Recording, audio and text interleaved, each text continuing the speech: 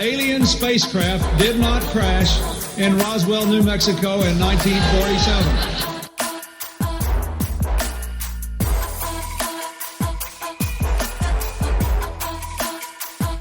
You know flat earthers, I guarantee it. But you don't know who they are because they're afraid of talking about it.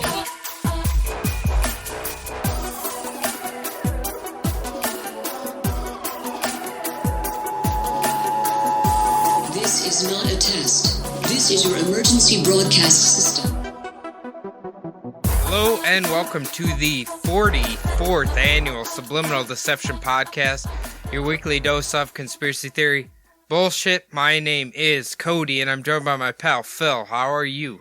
Doing good, buddy. How about yourself? Not too bad. You know, so this previous weekend, they had the Minnesota Winter, or St. Paul Winter Carnival, maybe. And I was outside probably for about 45 minutes, just looking at the sculptures or whatever. And I forget how uncomfortable it is to be outside when you don't have the proper attire on. Dude, my feet were froze for like an hour and a half afterwards, and my face was fucking frozen. Don't you miss that? Oh, yeah. No, I miss it plenty. It was actually pretty warm the other night when I went out to the bars. Oh, yeah? It only dipped down to about 70, so it's decent. Yeah, I can say I'm a little jealous of that. So, Phil, why don't you go ahead and scare the audience with the latest news here? So I went to work this morning, and right away when I got there, I clicked on the internet, and all of those little news stories pop up on my homepage on the internet. And basically, right next to the Kobe Bryant announcement about his passing, R.I.P., there was this large announcement, and I think it was just kind of local, but Arizona apparently has the 5th confirmed case of the coronavirus. So shit! Really? In Arizona? Yep, in Arizona. So apparently the dude flew to China in December and came back in early January, and he had visited the same market where all of these other people are catching this coronavirus from. Apparently they have a problem there with livestock being butchered on site and sold in the marketplace. So little scary for that. They didn't discuss it, but apparently he's an ASU student. So they didn't give the name, they didn't give anything like that. But well, I've seen this meme going around. Well, I guess it's not really a meme, but it's like something about every 100 years there's like some virus that like overtakes the world or whatever. Did you see that? Yeah, I have. I've seen it was after World War I, it was the Spanish flu, and that actually took out quite a few people. I thought it might have been like TB or something. TB? Tuberculosis? Tuberculosis. Oh, yeah. Well, yeah, that was huge in the 1800s. Was it? I thought it still trailed on in the early 1900s. Yeah, it did, but that was that was called consumption. That's where people would like cough up blood. Yeah. Well, it's a lung disease or whatever. Yeah. But I know the one that the 1921 that they're talking about was Spanish flu. Ah. So could this virus have been potentially created by Barry Soetoro? It could have been, or his Asian counterpart, the chairman of the Communist Party in China. Anyway, Phil, it's about that time. Why don't you hit up the hot sheets for us? Well, I picked up the new rag today, so I'm gonna jump right into it. It is another restaurant burglar, basically. Okay. Attack on a Taco Bell. So the story is titled "Taco Thief Ate and Napped After Breaking In." Okay, all right. So what's this one all about? So a hungry burglar broke into a Taco Bell in Georgia, whipped up a meal, and then took a cat nap. Huh, okay. Was he on drugs? I don't know. They actually haven't caught him yet. So they're actually hoping that the pictures that they've put out in the National Enquirer might help catch this man. I'll describe him to you. He is wearing tennis shoes, looks like a sweatshirt, and pants. He's also has headphones on, and apparently he kept the headphones on the entire time. Well, a lot of the Taco Bells around here, at least, like, they operate for fucking countless hours. Like, how would you even find time to break in? I swear the Taco Bell here's like open till 2 or 3 in the morning, and it opens back up, I think, at like 7. Well, it does go into that a little bit. So surveillance video shows a man shimmying through the restaurant's drive-through window around 12:15 a.m. on Christmas Day in Lawrenceville, Georgia. Okay, Christmas. Yeah, they give him that day off, surprisingly. Yeah, he caught him on Christmas. They give the peasants their little fucking Christmas morning. So the fast food scrounger, who was wearing headphones when he broke in, took a look around the kitchen, then started up the deep fryer and cooked some food and chowed down. And with his belly full, he curled up on the floor for a 3-hour snooze. You know what? I've definitely done that after a healthy amount of Taco Bell. I can tell you that for sure. Yeah, now the newspaper didn't really say anything about him shitting himself, but in the picture, he is cuddled up. Looks like he's holding his gut, so I wouldn't doubt it. Probably got fucking food poisoning or something. That's true. He could be the 4th case of coronavirus. So an employee who opened the restaurant later that morning noticed food on the counter and it called the police. The suspect also swiped a computer and a tablet from the restaurant before making a clean getaway, cops said. Okay. So I wonder what the punishment is for breaking into a Taco Bell. They might make you work there. That'd be pretty bad. Are you trying or to eat there? You know what? We might have some Taco Bell employees who are fans of the show, so I don't know if we should be alienating them, Phil. I think the Taco Bell workers probably aren't very big fans of their jobs. Probably the managers would be pissed off if they heard us. I wonder what he made. Suppose it didn't say what he made in there. I don't know, but Taco Bell, pretty much all the same ingredients make the same shit, so. Yeah, I think what did I hear that on? That's like the grand illusion that Taco Bell has a lot of items, but most of them are the exact same thing. They have a huge menu, but it's basically like you take a tortilla, some meat, some cheese, and some lettuce and sour cream, and that's it. That's 90% of their menu right there. That's true. God, that sounds good right now, actually. I could really go for some Taco Bell. Yeah, Taco Bell's one thing that I gave up after it gave me food poisoning one time. I don't know if it was food poisoning or just the Taco Bell situation, but the normal what everyone else gets, but I quit eating it. The funny part is, like, I've heard a lot of people who've gotten food poisoning from Taco Bell, so I'm pretty sure you're not alone. I don't know what did you eat there that gave you food poisoning? My normal thing that I used to get was like the burrito, the Crunchwrap Supreme. Yep. And I would get a few of those soft shell tacos. But considering it's all the same meat and cheese and everything, probably all of it gave me the same thing. So I'm guessing. You're probably right. Well, anyway, we're going to talk about some people who probably weren't lucky enough to enjoy Taco Bell in today's conspiracy. You like that? What do they call that? Transition. You like that transition, Phil? Yeah, the great segue. The segue, there you go. Well, this is something that I think you and I talked about off the air, and I was finally like, why don't I look into this a little bit myself? And actually, I'm not going to say I believe it, but it really got my brain churning and thinking a little bit. And today we're going to be covering the Titanic conspiracies. Oh, shit. Yeah. Hopefully it's not too soon. I was at almost 100, well, over 100 years now. It's like 108, I think. Yeah. 1912. So yeah, I think we're okay.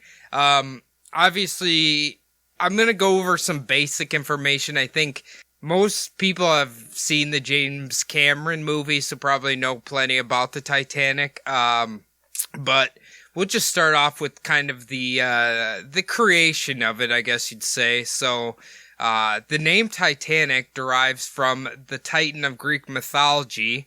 It was built in Belfast, Ireland, in the United Kingdom of Great Britain and Ireland. Not a sober welder among them. Oh, no. And you better believe the workers will definitely be coming into the into the conspiracy itself. So definitely. Every time I hear Belfast, all I can think about is Sons of Anarchy. Oh yeah, all I can think about is Irish car bombs. Is that where they were created, the drink? Are you talking about a real car bomb or the drink? Both. They are pretty good, though. They are pretty good. Yeah, I know they are good. They don't actually like it when you order a Irish car bomb out in that part of the world. So. Oh, really? Yeah, their faces get a little mean. Wait, are you saying when you were in Ireland, you ordered one? No, when I was in Wales, I ordered one, and they kind of gave me a dirty look. Okay. You know what's funny, actually? Like, sometimes when I'm eating at a restaurant, like, I really like to have a nice Guinness with my meal. Mm-hmm. So good. Oh, yeah. So the RMS Titanic was the second of 3 Olympic-class ocean liners. The first was RMS Olympic, and the third was HMHS Britannic. Now, I'm only mentioning them because, again, they come up in the conspiracies as well. Now, the Belfast Shipping Company was called Harland and Wolff, and they were constructing the ship for White Star Line. Are you familiar with White Star Line at all? I'm familiar with the saying, "Hey, that's White Star Line property," during the Titanic. Yeah. That's about it, though. When they're stealing shit. The 3 ships had their genesis in a discussion in mid-1907 between White Star Line's chairman, J. Bruce Ismay, and American financier J.P. Morgan, who controlled the White Star Line's parent corporation, the International Mercantile Marine Company. I'm gonna assume you know who J.P. Morgan is because he's very important in the conspiracies. Oh, yeah, definitely. And I was going to say, that is a great name for a corporation. Just really, they really put some thought into that one. Which one? The International Mercantile Marine Company? Yeah, the International Mercantile Marine Company. Definitely. It's still around, isn't it? I don't know. They definitely should have hired someone like a brander, someone like Karl Rove to come in there, give it a little pep. It's funny because I always joked about, like, rich and famous people, important people always have 3, like, names, and you have to say them all, and these 2 guys both have 3 names. Oh, yeah. That middle name's the most important. Oh, obviously. The construction of the Olympic and the Titanic took place virtually in parallel, with Olympic's kneel down laid first on December 16th, 1908, and the Titanic's on March 31st, 1909. Both ships took about 26 months to build and followed much of the same construction processes. So these ships are almost identical. That's kind of what we're getting at here. That's why they're going to be coming into a conspiracy later on. So the Titanic was launched at 12:15 p.m. on May 31st, 1911, in the presence of Lord, I think it's Peary, J.P. Morgan, J. Bruce Ismay, and 100,000 onlookers. I thought this was kind of neat, actually. 22 tons of soap and tallow were spread on the slipway to lubricate the ship's passage into the River Lagan. In keeping with White Star Line's traditional policy, the ship was not formally named or christened with champagne yet, because it sounds like they get like the hull kind of completed, slide it in there, and finish the rest of it once it's on the water. Okay, that makes sense. So, that's a lot of fucking soap, isn't it? Oh, yeah. You would think that they would just use like an industrial style lubricant, but maybe back then they didn't have like anything good. I don't know. It's funny because like they're using all this soap and shit, and literally around the corner, World War I's about to start, and they probably could have used that. Oh yeah, definitely in the trenches. Yeah, I know. It's just like, Jesus, I can't even imagine that much fucking soap, or even watching that massive goddamn ship just kind of like glide into the water. Like, trying to control that thing? Tons of steel as they just let it loose and slide down into the water. Yeah. God, I don't know. I kept thinking about, like, just how are they keeping it stable at that point? You know what I mean? I just, for that time period, that has to be good engineering. Yeah, now they have things that, like, basically while it's in dry dock, they have, like, kind of like a sawhorse type thing that holds it up. And then like the ramp down is all like pneumatic driven. So it just kind of like takes it down into the water, and then they like bring back the sawhorse down, so then they just float the boat out of there. Ah. Have you ever watched that in person, or you just saw videos of it or whatever? No, I just saw videos of it. It was with Navy ships. I wonder if there's a video of the Titanic going in, or like in any of the other ones. I don't know. There could be a video, because I think video cameras, like those old style, like the one black and white, really shitty video cameras, where it's basically just them taking 1,000 pictures and then putting them together like a fucking cartoon. Yeah. It's crazy that that's what they used to do. Well, I think essentially that's what a camera's doing nowadays. It's so fast that it's doing it that it can just like, make a movie or whatever. Yeah, a lot more frames per second, obviously, than early 1900s. Would that be crazy if 1912 had more frames per second than modern cameras? Yeah, I would be pretty fucking surprised about that impossible thing you just said. All right, so Titanic sea trials began at 6 a.m. on Tuesday, April 2nd, 1912, just 2 days after her fitting was finished and 8 days before she was due to leave Southampton on her maiden voyage. So obviously they got it ready and just kind of took her for a little cruise around the bay, I guess you'd say. Yeah. Titanic had around 885 crew members on board her maiden voyage, 179 first class, 247 second class, and 494 third class. Titanic left Southampton on April 10, 1912, and stopped at destinations in France. And Titanic arrived at Cork Harbor on the south coast of Ireland. So she had to make a few pit stops to pick up more people, essentially, before heading to New York. So that was a lot of third class passengers. Do hope they save some soap for down there in the bowels of the ship. No. Is that where Jack would have been staying, third class? Yeah, I think he was in third class, where they had their little peasant party. Yeah. Down in the, where the rich girl showed up and did the ballerina thing with her feet. Are you on the belief that, during the movie, there's more than enough room for Jack to get on the little thing with Rose, and she was just being selfish and let him drown? Well, I mean, they could have at least had her, scoot back a little bit to balance it out. Instead, she scoots forward and tries to grab him, and then obviously the thing's going to get tippy when all the weight's on one side. You gotta work smart, not hard. What was I reading through the researching this, that basically the estimated temperature that you would feel in the water at that point was negative 28 degrees? Ooh, fuck. Yeah. Definitely a bad fucking time. Yes. Oh, God. I don't even like when it's 28 degrees outside. Fuck, I don't want to experience that.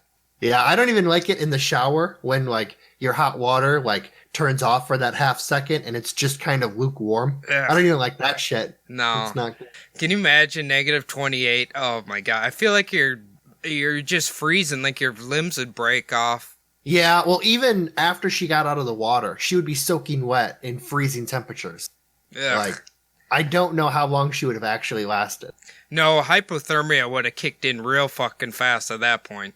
Yeah, she would have at least, when they dragged her off of that fucking door, she would have at least, probably died in the boat ride back. Ugh. Well, I mean, even in the rescue boats or whatever, I can only imagine the wind and everything had to be cold as fuck. Oh, yeah, definitely. Ugh. Poor bastards. Anyway. Yeah. After leaving Ireland, Titanic's passengers numbered approximately 1,317, with 324 in first class, 284 in second class, and 709 in third class.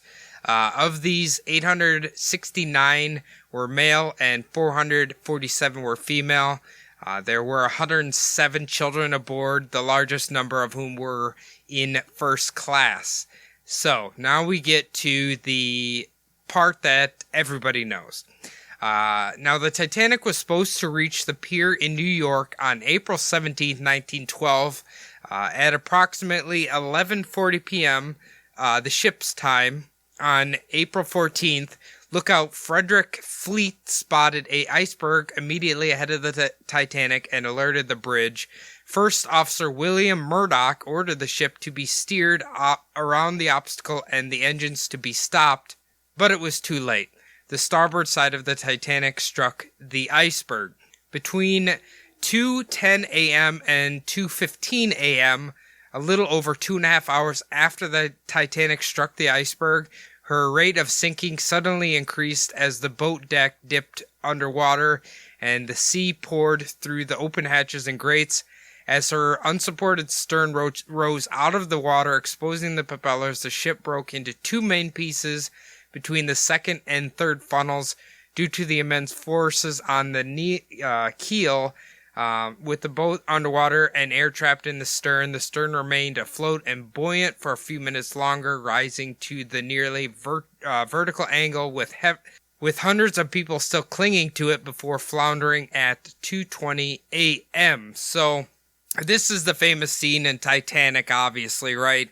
Ship goes in the air, cracks in half like a fucking egg, and then it's all over from there. I didn't really...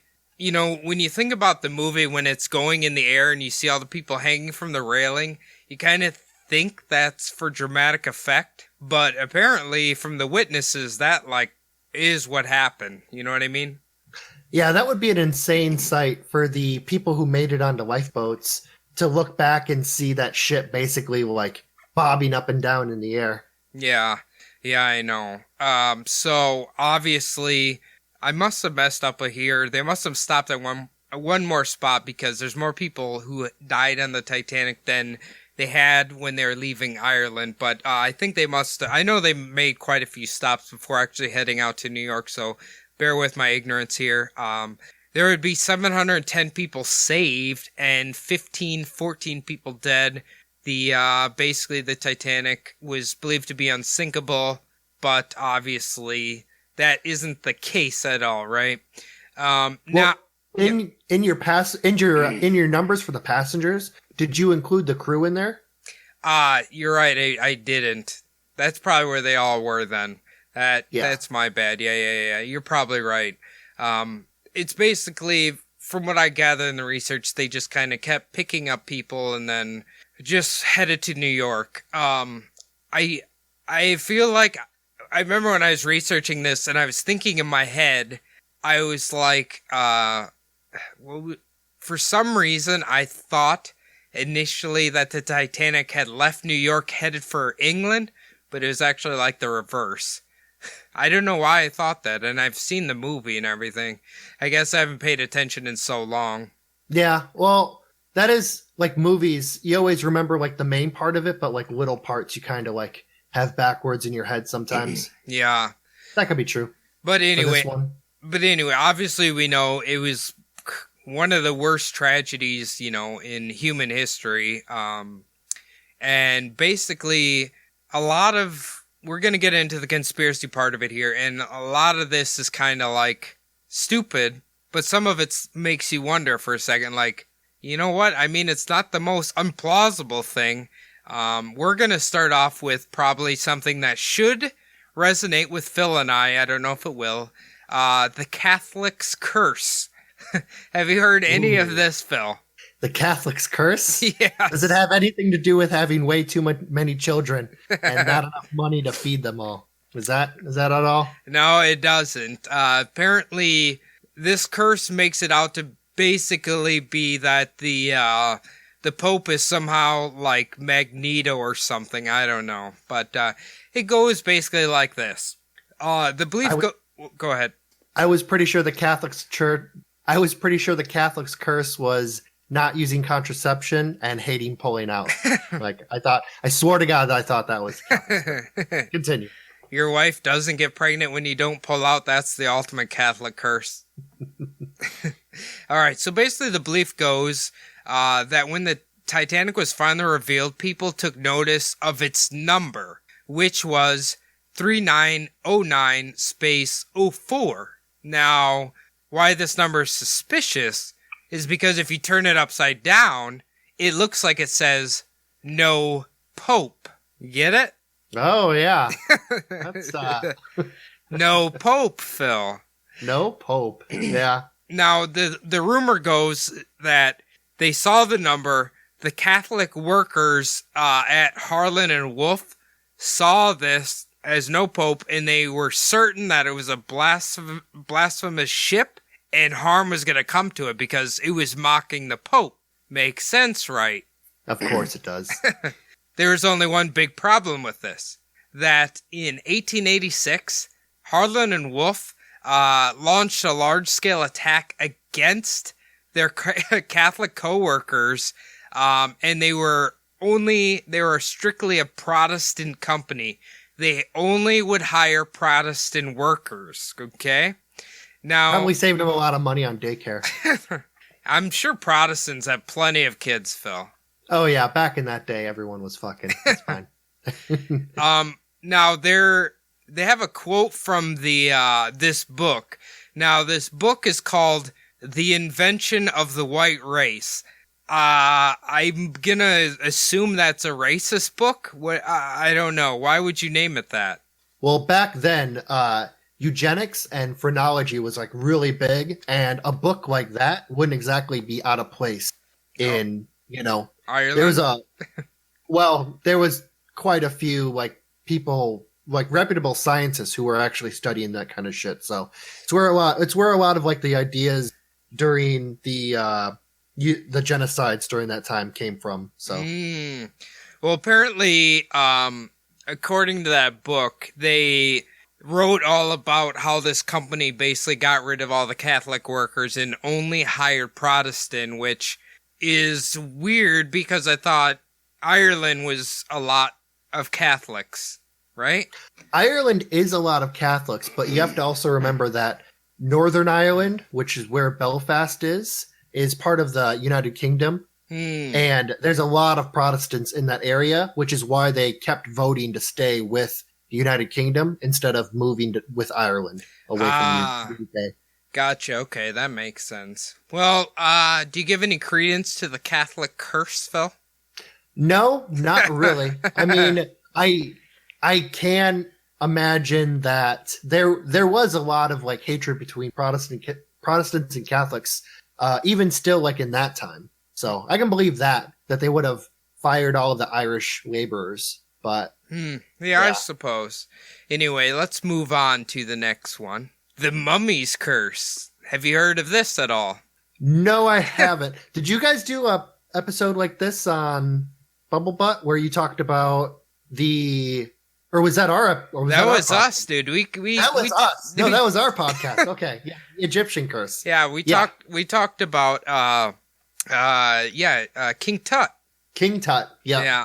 All right. So the legend goes that the so-called, this is what they call it too, unlucky mummy, which was donated to the British Museum in July of 1889 by Mrs. Warwick Hunt of Holland Park, London, on behalf of Mr. Arthur F. Wheeler, was purchased by an American archaeologist and was set to be transported to the United States aboard, you guessed it, the Titanic.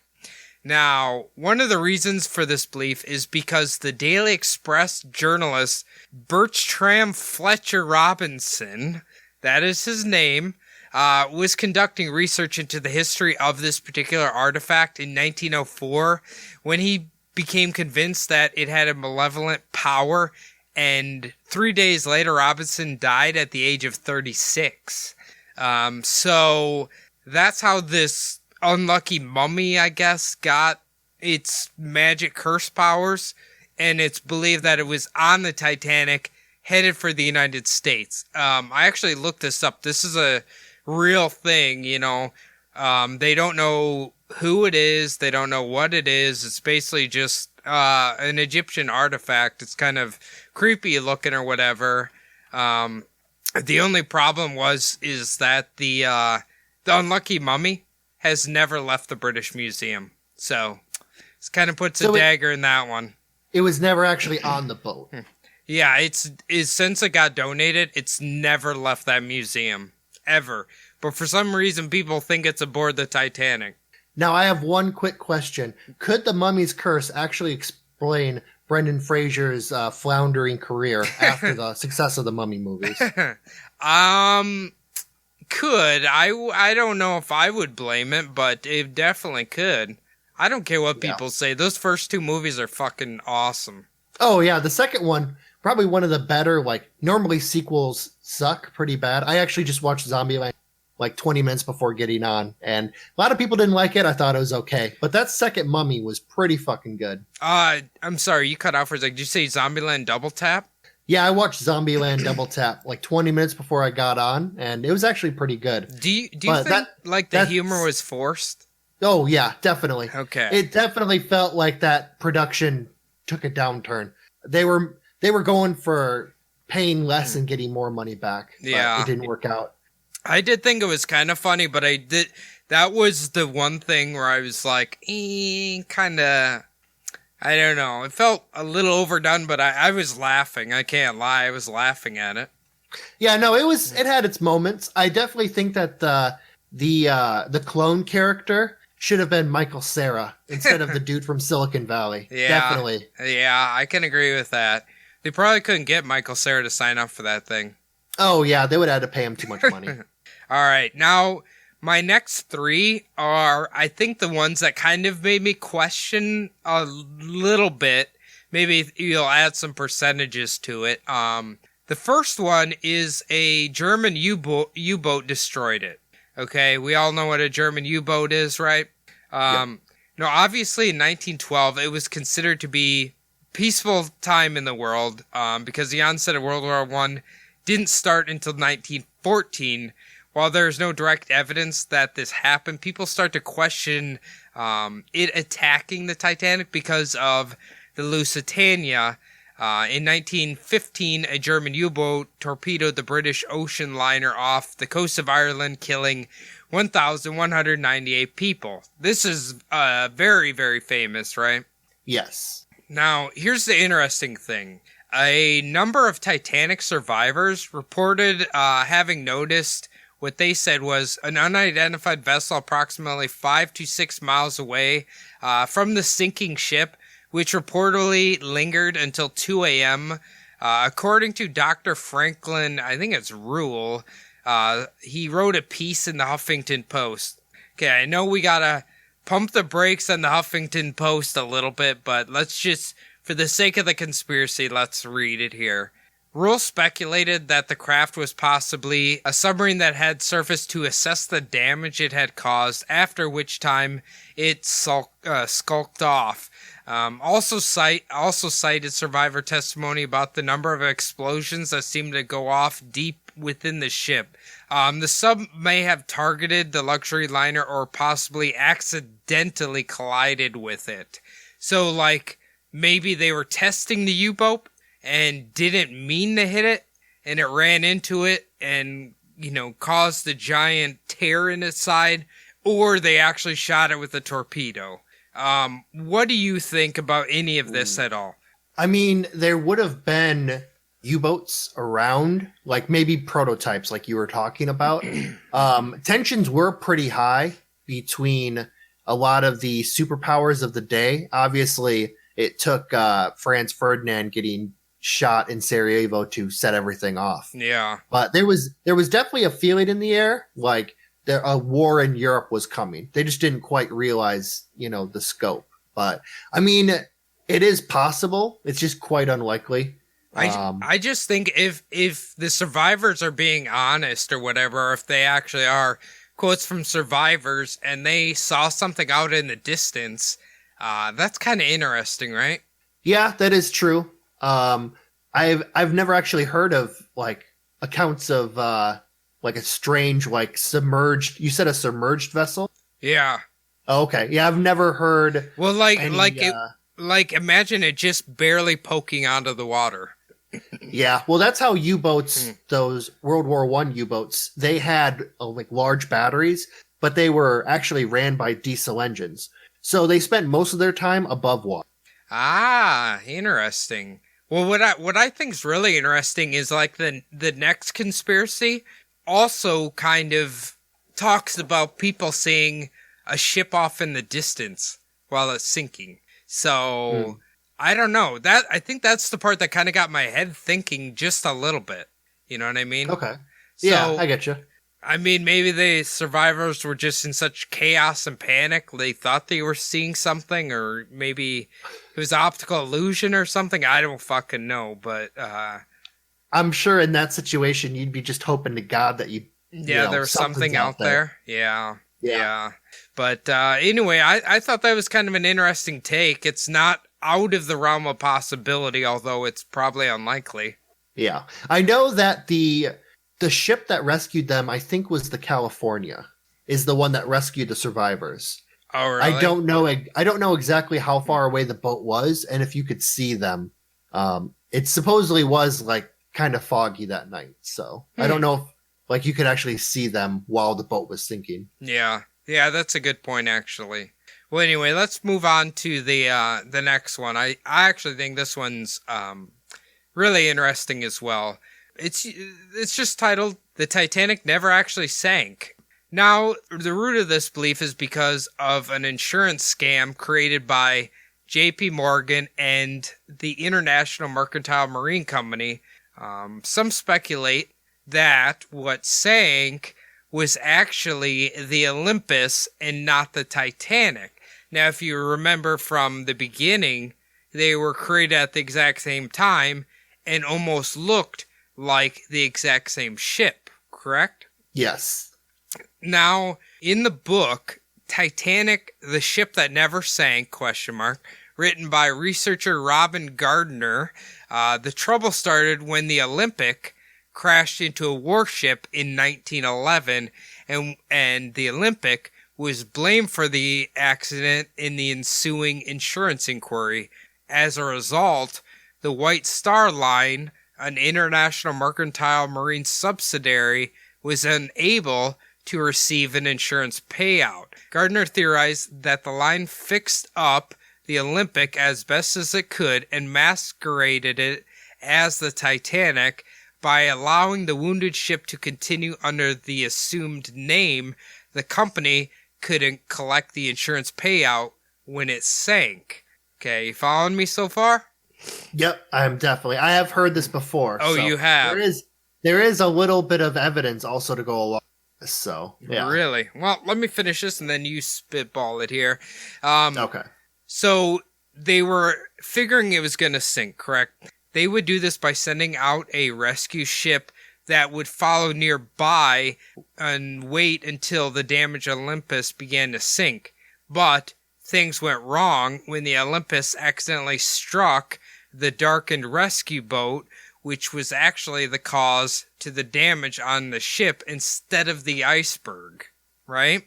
Oh, they got some bumbles out there fucking piloting those boats. Well, it sounded like they darkened it so people didn't know it was being followed, right? Oh, gotcha. So the passengers on the ship, on the Titanic or Olympus, wouldn't notice a boat out there. I see. Right. So it was going to sink, and they would just so happen to have a rescue ship nearby to get everybody off of it so they could get their insurance money. Now, one other thing that like people really hold on to in this conspiracy is because according to some people, not a single piece of the Titanic that has been recovered contains the ship's number, which is 401. So they claim that there's never been a single shred of the Titanic that they found that actually has a ship's number printed on it or anything, which leads them to believe that it could be the Olympic, which would obviously have, I think it was like 401, or I'm sorry, 400 or 402 or something like that. Because it was not the 401 would have been the second boat, correct? No. 400 would have been the first? Yes, correct. So Okay. the Olympic would have 400, the Titanic should have had 401, but they've never found actually a shred of evidence actually proving that it was for sure the Titanic that sank. Ah, I see. Yeah, Allegedly. I've also... What's that? Allegedly. Allegedly, of course. So I've also heard that there was some photographs taken the day of the departure of the Titanic, and there's some people who claim that the picture the boat in the photographs is actually that of not the Titanic, but like you said, the Olympic. So, I mean, I could see him doing it. I mean, I should have looked up like how much of an insurance payout they got from the Titanic sinking, or maybe they didn't get anything because if they deemed it to be an iceberg, I don't know if you get an insurance payout for that. Well, also, you got to think there were a ton of rich people who died on that boat. True. Imagine all of the suing that happened after that. I mean, it's crazy to think that, like, they would have gotten away scot-clean. Like, you know. Yeah. They would have, like, nowadays, they would have been sued so bad they'd have had to just foreclose, like, instantly. I should have looked up if, like, White Star Line or whatever actually did go out of business. I'm pretty sure the Mercantile Marines are still around, but I don't know about White Star Liner. Yeah, you would think that the whole sinking of the Titanic would just put a stain on the name. Like, nowadays it's pretty common to have, like, oh yeah, like a Delta fell out of the sky, or you know, US Airways or whatever. Yeah. But back then, that was such a huge story, and White Star Line was in every single newspaper. Like, it would become associated with a ship, like a ship sinking. So, but I mean, there could be the thing too that, I mean, yes, it was technically believed to be an unsinkable ship, but on the same end, hitting an iceberg's kind of like just unlucky, I guess. You know, it's just like, it's not really anybody's fault necessarily. Yeah, that's true. I have heard that there were conditions that made it so that, have you ever seen, like, I know you haven't really been out in the desert that much. Have you ever seen it on a really hot day when it looks like there's water on the ground, even though there's no water on the ground? It's a mirage. Yeah.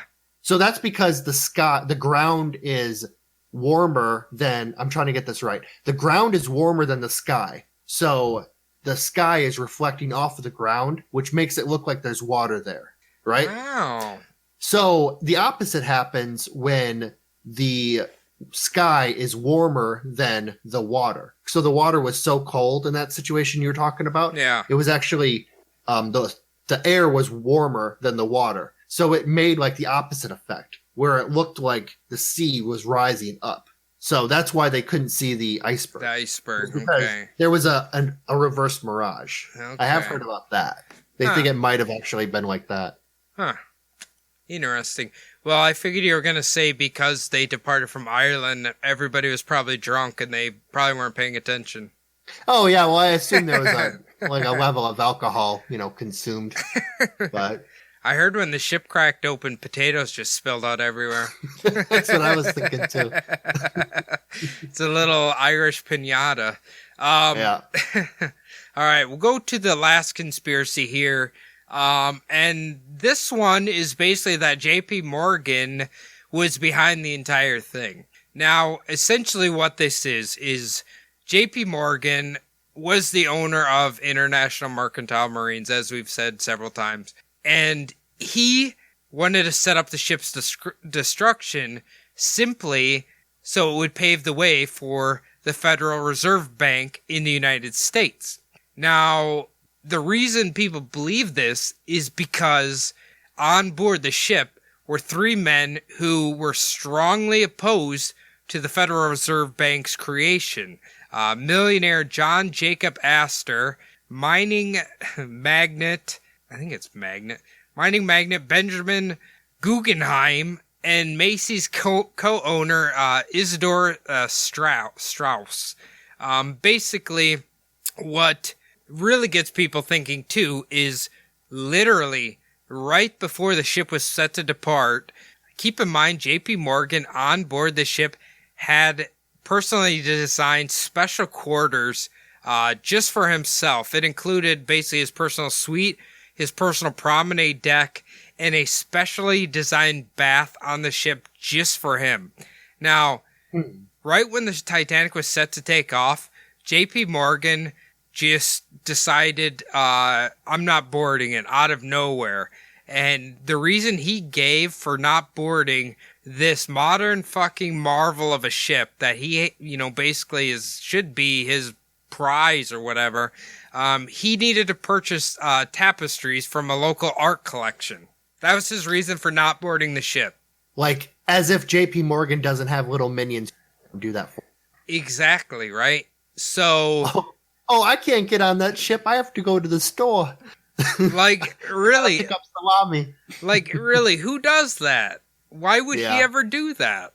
He's like one of the... That's a little fishy. You would think that the maiden voyage across the Atlantic, he would definitely be on it. Right? I mean, that's what I don't get. Like, why did he do that? Like, obviously in America, we know him very well because I'm pretty sure there's a financial company literally called JP Morgan right now, right? Yeah, there is. They've been, I think they were bought out by Chase, but it's JP Morgan Chase now. Or they bought Chase. I'm not really sure exactly. It was the whole recession deal.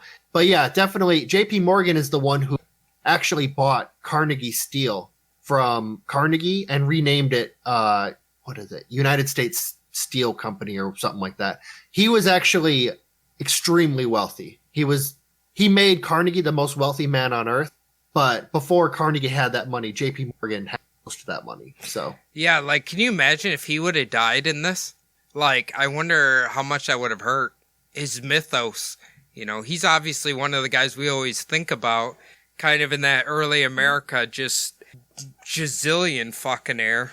Oh, yeah. I mean, the amount of wealth, you know, translated to nowadays money is staggering still. But yeah, that would have actually, it's weird because I can't think about, like, I'm not exactly sure how JP Morgan died. Like, if he just died of old age, most likely. Yeah, I'm pretty sure. Could you imagine if he would have died on that ship? Like, it would have been, his death would have become even more famous because it'd be associated with Titanic.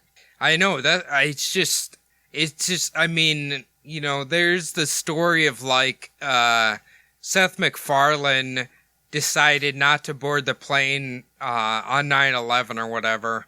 You know, I mean, maybe it's just strictly a coincidence, but it just seems really weird. And especially, like, how many conspiracies have we talked about that are linked to the Federal Reserve Bank? Like, I think JFK is one of the biggest examples of this. You know what I mean? Yeah, you know what I mean? definitely. Like, it really makes you wonder because it seems like the Federal Reserve Bank is responsible for a lot of people's assassinations, deaths, whatever you want to call it. So it'd be pretty hard, really, if you really think about it, for how would he pay, or like how would he, you know, make the ship fucking sink or whatever. Maybe if you're real deep in conspiracy, what if JP Morgan hired the German government to attack it? You know, who knows? Oh yeah, I'm sure he had, I mean, this is all speculation, but he had to have money spread around all over the modern world, like superpowers. So, yeah, I mean, he could have influence in the German Navy at that time, but... Yeah, it's just that, I think that one is just, those last three kind of got my, you know, my head scratching a little bit. I'm sure, what do they call them? Occam's razor, you know, what seems the most logical usually is that it was just an iceberg. What do you think if we found out all these years later that it was actually like somebody else's fault for the Titanic sinking? What do you think that would do for the world? I think back then it would have caused like definite hell raising. All like for the people who are, you know, at fault for it. Problem is now it's been 107, 108 years, however long. So there's not really a ton of change that's going to come from it. But I will say that, I mean, there's a lot of, if the company that is still around that did the fuckery, like, they might feel some heat from it. Well, I was just going to say, I feel like it would just lessen people's trust with extremely wealthy people even more. Jeez, how can you go down even further from that? I would just wait for the day when Bezos makes 3 ocean liners, and if one of them sinks, we'll be keeping an eye on you, Mr. Bezos. Yeah, he's got the head of Google, the head of Facebook, and the head of fucking, God, what's that other big fucking, whatever. Some other big fucking company. I was trying to think of another big company, but I can't think. I think everyone's gotten bought out pretty much by those. He puts his 3 biggest competitors on that boat, and then it fucking sinks. You could have probably tossed in Microsoft, huh? Oh, what's that fucker's name? Tesla, the guy who runs Tesla. Ah, yeah. If Amazon makes a spaceship and puts all three of those fucking CEOs up there, then you'll know. Apple, fucking Tesla dude, and goddamn Facebook. Yeah. I don't know why I can't remember the Facebook guy's name now. He's got a very punchable face and all that. The Android, definitely. Yeah. Did you see the new, like, I think it's a Space Force logo. I saw it on, like, social media or whatever. I don't know. People are just fucking around, but I think it looks like the whatever the badge is from goddamn Star Trek. Yeah, it does look like the badge from Star Trek. The thing is that the the division of the Air Force that has been handling like this, the space duties. Yeah. For years and years now has basically had that same badge. So it's an old concept, just kind of like redesigned. Okay. But if the weird thing is like the whole Space Force, the new logo said Department of the Air Force on bottom, and then it was Space Force on top. So I don't know if just the whatever the Air Force was doing just got renamed to the Space Force, and that's like the cheapest way they can actually pull this off. But so if you were still in the Air Force, is there any possibility you could get involved with Space Force, Phil? Well, no, because I wasn't really a part of that whole, unless I cross-trained into like the what they do with like when they launch satellites in the air, when the Air Force does. Yeah. Like, there's the missile ranges. There's like the Minuteman missiles. That's part of the like global command. So you couldn't be up there like fighting aliens. No, I don't think we'd be up there fighting aliens. I was kind of hoping that was kind of like the grand plan of the Space Force. They're going to be like Starship Troopers. Yeah, we're going up against arachnids. Be pretty sweet.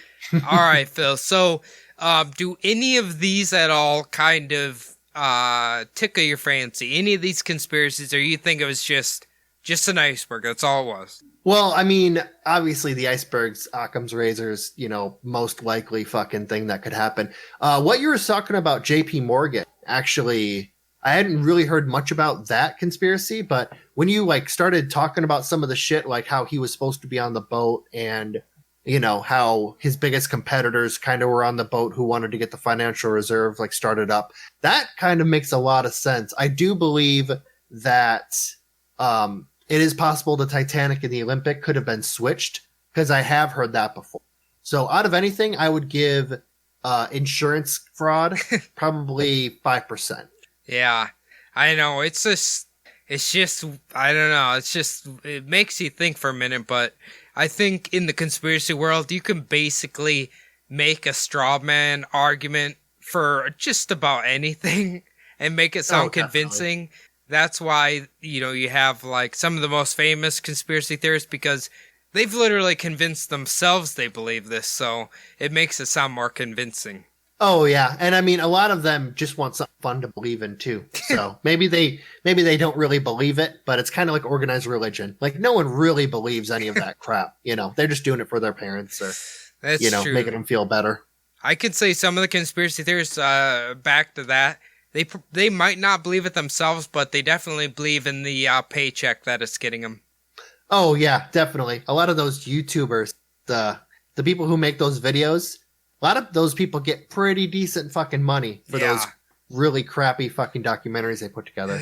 Even though they have to endure so many trolls attacking them constantly, they're still probably enjoying a healthy amount of money. Oh yeah, just turn the fucking comments off. You're fine. It's all good. All right. Well, Phil, if anybody wants to tell us if they believe any of these Titanic conspiracies, where can they do that? They can hit us up on our email, subliminaldpodcast@gmail.com. We've actually gotten quite a few, we've gotten a couple emails in the past month, but we've gotten a lot more followers on Podbean, I was going to say. Thanks to everybody who started following us on there. I didn't even realize people listen to Podbean. But we also have an Instagram, Subliminal Deception Podcast. It's on IG. It's the best way actually to get a hold of us. We get quite a few good responses and likes from that, so thank you very much. We also have our own Instagram accounts. Mine's SDPodPhil. I almost never check it, and I barely ever post to it. Cody, you have a few? Yeah, you can follow my personal Instagram at CodySabub. You can follow my other podcast at Bumblebutt Podcast if you're into true crime and all that stuff. The last thing I need to do is to log on to iTunes, leave the show a 5-star review if you can. It helps us out greatly. We greatly appreciate it. Doesn't matter what you say. Although, I was just going to say this, Phil, about people listening in Podbean, if they do. The Spotify takeover is upon us, and Spotify works so much better than iTunes, so use that instead of iTunes if you haven't. I promise you it's better. But definitely. Yep, I use that too. But anyway, I hope you enjoyed the episode. Otherwise, we're going to see you next week. All right, thanks, guys.